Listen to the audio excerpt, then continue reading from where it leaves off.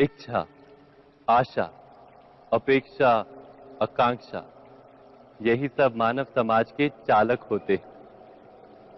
नहीं, यदि कोई आपसे पूछे कि आप कौन, तो आपका उत्तर क्या होगा? विचार कीजिए।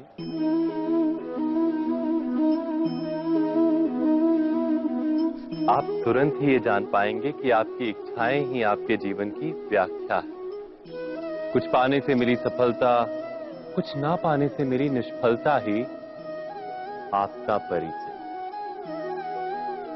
अधिकतर लोग ऐसे जीते हैं कि स्वयं भीतर से मरते रहते हैं, किंतु अपनी इच्छाओं को नहीं मार पाते। इच्छाएं उन्हें दौड़ाती हैं जिस प्रकार मृग तृष्णा मृग को दौड़ाती। परंतु इन्हीं इच्छाओं के गर्भ में ही ज्ञान का प्रकाश भी। कैसे? जब इच्छाएं अपूर्ण रहती और टूटती, तब वहीं से ज्ञान की किरण प्रवेश करती है मनुष्य के हृदय। ना, ये कथा नहीं है केवल इच्छाओं के संघर्ष की, नहीं है केवल महत्वाकांक्षाओं से जन्म लेने वाले भयावह रक्तपात। ये कथा है इच्छाओं के गर्भ से उदित होते हुए ज्ञान की। मैं वासुदेव कृष्ण आप सभी को निमंत्रण देता हूं इस यात्रा पे चलने का, जो जीवन का मर्म सिखाएगी, मनुष्य का धर्म सिखाएगी, कीचड़ से उठकर कमल बनने का कर्म सिखाएगी। और इस यात्रा का नाम है महाभारत।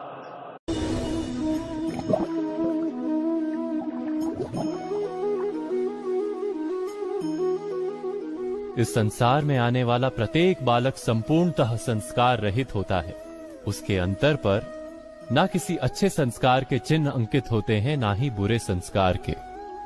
अर्थात जन्म से बालक में ना कोई गुण होता है और ना ही कोई दोष। तो ये दोष अथवा गुण किस प्रकार प्राप्त होते हैं? क्या हमने कभी विचार किया है? जो बात माता पिता के मुख से निरंतर सुनी जाती है, वही बात उनकी संतानों के हृदय का संस्कार बनती है। जैसे किसी गांव में नदी तट तक एक पगडंडी बन जाती है केवल उस मार्ग पर बार बार चलने के कारण। अर्थात माता पिता के हृदय की इच्छाएं उनकी संतानों के हृदय का दोष अथवा गुण बनकर जन्म लेती हैं। क्या ये सत्य नहीं? पर फिर भी जब उनकी संतानों में कोई दोष दिखाई देता है, तो माता पिता आश्चर्य और दुख से भर जाते। माता पिता का हृदय ये प्रश्न करता है कि उनकी संतानों में ये कुसंस्कार आए कहां से। सत्य तो यही है कि माता पिता अपनी संतानों को अनजाने में ही कुसंस्कार के बीज दे देते हैं, जो उनके संतानों की हृदय भूमि पर कुसंस्कार का वृक्ष बनकर उगता है। अर्थात अपनी संतानों को सुसंस्कारी और धर्ममय बनाने की आशा रखने वाले प्रत्येक माता पिता को प्रथम अपने हृदय की इच्छाओं पर अंकुश रखना क्या अनिवार्य नहीं?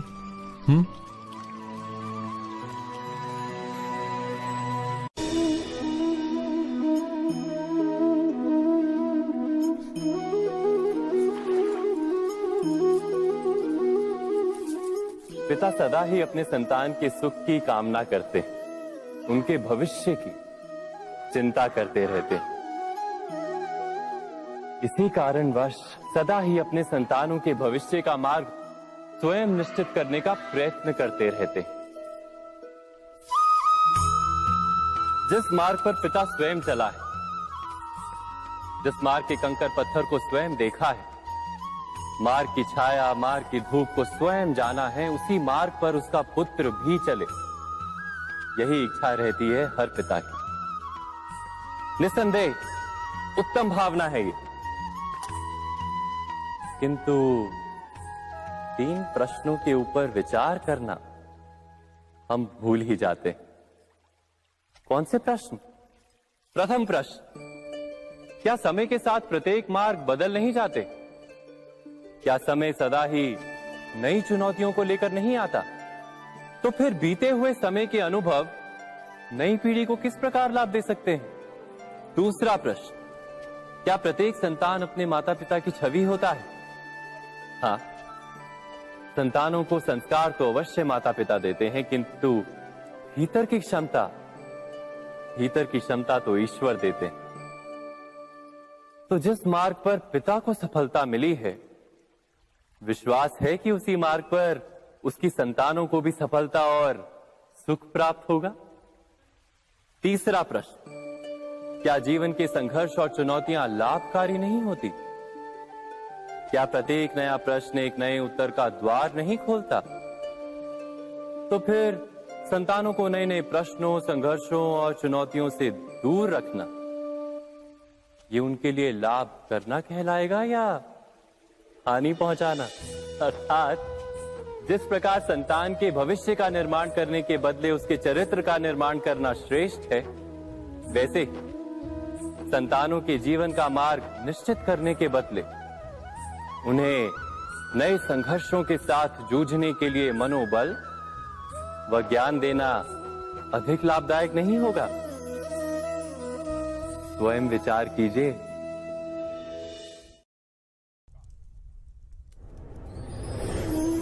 पूर्वजों की इच्छा, आशा, महत्वाकांक्षा, क्रोध, बैर, प्रतिशोध, यही सब आने वाली पीढ़ी की धरोहर बनते हैं। माता पिता अपनी संतानों को देना तो चाहते हैं समस्त विश्व का सुख, पर देते हैं अपनी पीड़ाओं की संपत्ति। देना चाहते हैं अमृत, पर साथ ही साथ विष का घड़ा भी भर देते हैं। आप विचार कीजिए, आपने अपनी संतानों को क्या दिया आज तक? अवश्य प्रेम, ज्ञान, संपत्ति आदि दिए, पर क्या साथ ही साथ उनके मन को मैल से भर देने वाले पूर्व ग्रह नहीं दिए?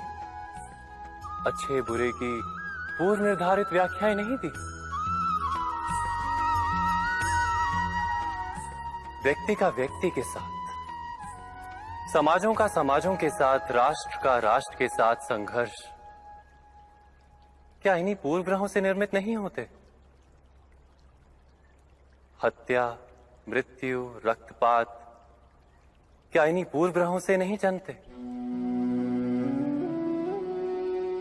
अर्थात माता पिता अपनी संतानों को जन्म के साथ मृत्यु का दान भी देते हैं। प्रेम के प्रकाश के साथ साथ घृणा का अंधकार भी देते हैं, और अंधकार मन का, हृदय का हो या वास्तविक हो, उससे केवल भय प्राप्त होता है, केवल भय। स्वयं विचार कीजिए।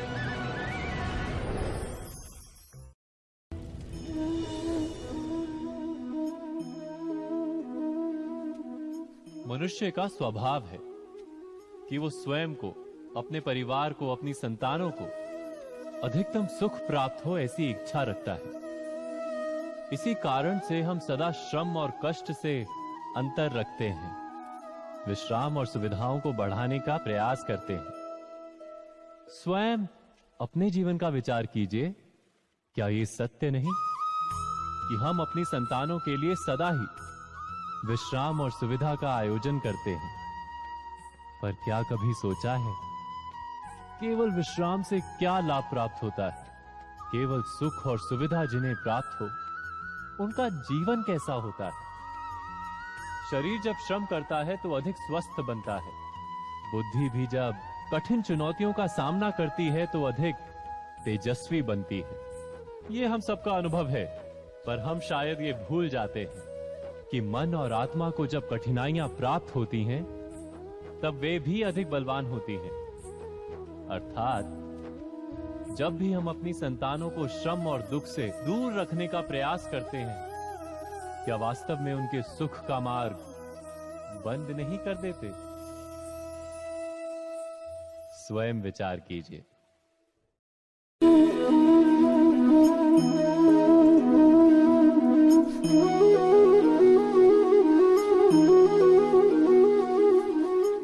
संतानों के भविष्य को सुख से भरने का प्रयत्न करना, यही हर माता पिता का प्रथम कर्तव्य होता है, जिन्हें आप इस संसार में लाएं और जिनके कर्मों से ये जगत आपका भी परिचय पाएगा भविष्य में। उनके भविष्य के सुख की योजना करने से अधिक महत्व और हो भी क्या सकता है। किंतु सुख और सुरक्षा, क्या ये मनुष्य के कर्मों से प्राप्त नहीं होते?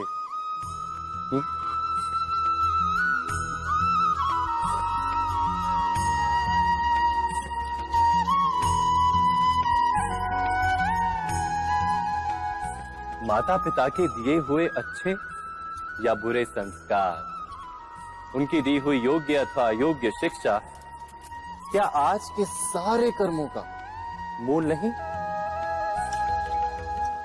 संस्कार और शिक्षा से बनता है मनुष्य का चरित्र। अर्थात माता पिता अपनी संतानों का जैसा चरित्र बनाते हैं, ऐसा ही बनता है उनका भविष्य। किंतु फिर भी अधिकतर माता पिता अपनी संतानों का भविष्य सुरक्षित करने की चिंता में उनका चरित्र निर्माण का कार्य भूल ही जाते हैं। वस्तुतः जो माता पिता अपनी संतानों के भविष्य की चिंता करते हैं, उनकी संतानों को कोई लाभ नहीं होता। किंतु जो माता पिता अपने संतानों के भविष्य की नहीं, उनके चरित्र का निर्माण करते हैं, उन संतानों की प्रशस्ति समस्त संसार करता है। स्वयं विचार कीजिए।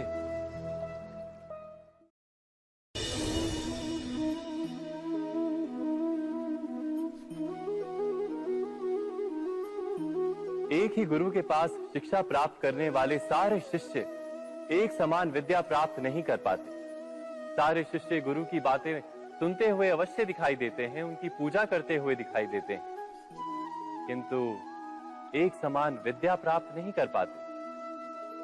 क्या कभी विचार किया है ऐसा क्यों होता है? सत्य तो यह है कि विद्या प्राप्त ना कर पाने वाले शिष्य समर्पण का दिखावा तो करते हैं, किंतु समर्पण का वास्तविक अर्थ नहीं समझ पाते। गुरु के चरणों में फूल चढ़ाने से अथवा गुरु का आदेश मानने मात्र से क्या समर्पण सिद्ध होता है? नहीं। समर्पण का वास्तविक अर्थ है जब गुरु के प्रति मन में कोई संदेह ना रहे, गुरु के मुख से आदेश निकले उससे पूर्व शिष्य उस कार्य को पूरा कर दे। गुरु के विचारों के साथ शिष्य के विचार एक हो जाए। शिष्य जब तक अपने गुरु में ब्रह्मा विष्णु महेश इनके रूप ना देख ले, तब तक उसका समर्पण सत्य नहीं। वास्तव में समर्पण किसी कार्य का नाम नहीं, समर्पण तो हृदय की भावना और मन की स्थिति का नाम है। अर्थात हमारे अज्ञान में क्या दोष केवल हमारे मन का नहीं? स्वयं विचार कीजिए।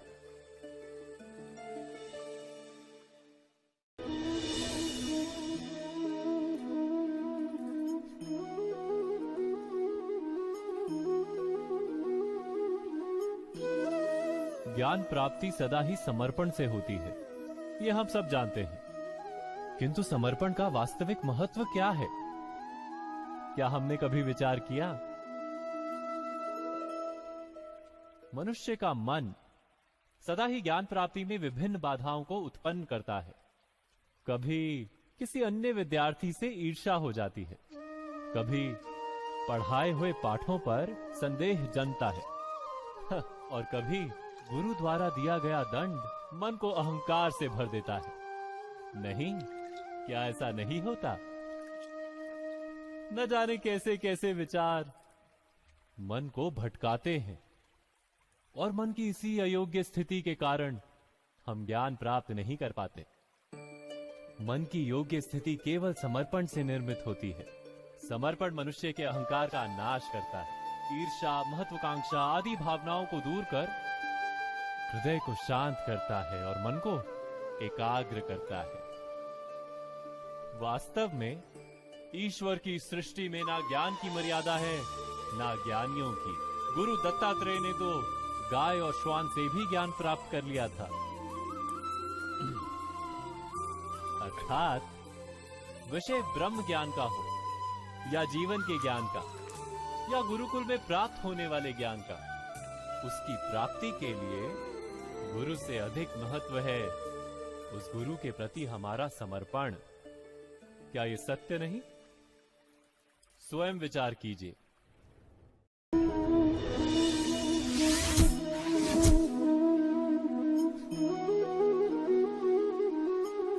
श्रेष्ठता का क्या अर्थ है? श्रेष्ठता का अर्थ है दूसरों से अधिक ज्ञान प्राप्त करना। अर्थात मूल्य इस बात का नहीं कि स्वयं कितना ज्ञान प्राप्त किया, मूल्य इस बात का है कि प्राप्त किया हुआ ज्ञान अन्य लोगों से कितना अधिक है। अर्थात श्रेष्ठता की इच्छा ज्ञान प्राप्ति को भी एक स्पर्धा बना देती है। और स्पर्धा में विजय अंतिम कब होती है?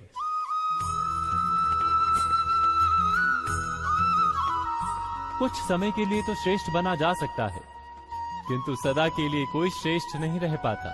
फिर वही असंतोष, पीड़ा और संघर्ष जन्म लेता है। किंतु श्रेष्ठ बनने के बदले यदि उत्तम बनने का प्रयत्न करें तो क्या होगा? उत्तम का अर्थ है कि जितना प्राप्त करने योग्य है वो सब प्राप्त करना, किसी से अधिक पाने की इच्छा से नहीं, मात्र आत्मा की तृप्ति हेतु कुछ प्राप्त करना। उत्तम के मार्ग पर किसी अन्य से स्पर्धा नहीं होती, स्वयं अपने आप से स्पर्धा होती है। अर्थात उत्तम बनने का प्रयत्न करने वाले को देर अबेर सारा ज्ञान प्राप्त हो जाता है, बिना प्रयत्न के ही वो श्रेष्ठ बन जाता है। किंतु जो श्रेष्ठ बनने का प्रयत्न करता है वो श्रेष्ठ बने या ना बने, उत्तम कभी नहीं बन पाता।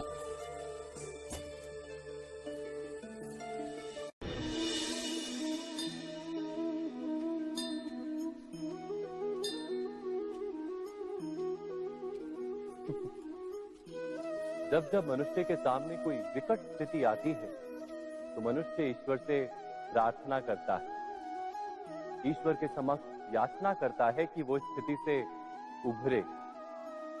किंतु इस प्रार्थना का वास्तविक रूप क्या है? क्या ये हमने कभी विचार किया है? प्रार्थना का अर्थ है अपनी सारी आशंकाएं, सारी चिंताएं, सारे संकल्प विकल्प, अपनी सारी योजनाएं ईश्वर के चरणों पर रख देना। अर्थात अपने कर्म का फल क्या होगा इसकी चिंता ना करके धर्म के अनुरूप कर्म करना, ईश्वर की योजना को अपनी नियति मानना, यही प्रार्थना है ना। किंतु ईश्वर की योजना को समझ पाना क्या संभव है? वो योजना तो हमारे कार्यों के परिणाम के रूप में प्रकट होती है सदा ही, किंतु यदि कोई कर्मों का ही त्याग कर दे, क्या वो प्रार्थना है? वास्तव में कर्म ही जीवन और फल के प्रति मोह ना रखना ही सच्ची प्रार्थना। जो प्रार्थना कर्म में बाधा बन जाए, मनुष्य को कार्य ही ना करने दे,